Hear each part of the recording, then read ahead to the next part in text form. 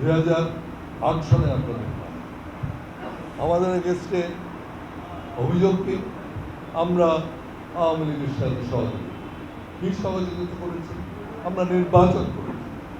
2008 সালে প্রত্যেকটা পার্টি নির্বাচন করেছে, জামাত ইসলাম, বিএনপি এবং অন্যান্য দল সকলেই সেদিন নির্বাচন করেছে, আমরাও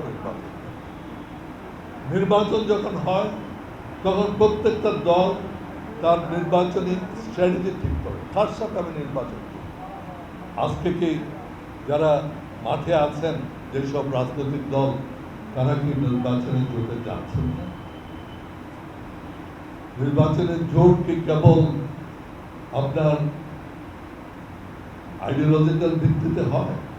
নির্বাচনের জোট হয় ইডিওলজি প্লাস আমার স্ট্র্যাটেজি, কিভাবে আমি সবচেয়ে বেশি নির্বাচনী আসন জয়যুক্ত করতে পারি।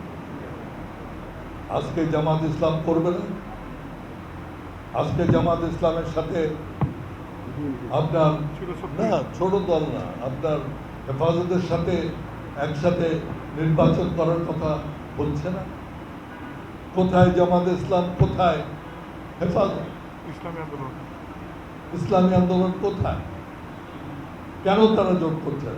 জোট করছেন নির্বাচনে জয়যুক্ত। আমরা সেরকম জোট করেছি নির্বাচনে, তারা বিএনপি করেছে, জামাত করেছে, হেফাজত করেছে, কেনা করেছে 2008 সালে। অ্যান্টিব্যাকটেরিয়াল অ্যাডিটিভ যুক্ত সেরা ওয়াটার ট্যাঙ্ক বিশুদ্ধ পানিতে ব্যাকটেরিয়া জন্মাতে দেয় না।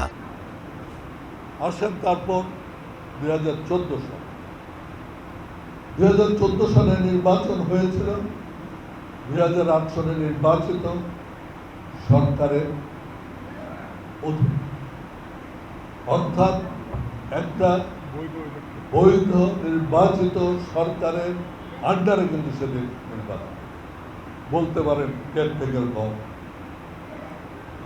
কেয়ারটেকারের যে প্রভিশন ছিল কনস্টিটিউশন, সেটা বদলানো হয়েছে কখন? যখন বিএনপি জামাত ওই পার্লামেন্টে ছিল। কই তারা যদি সেদিন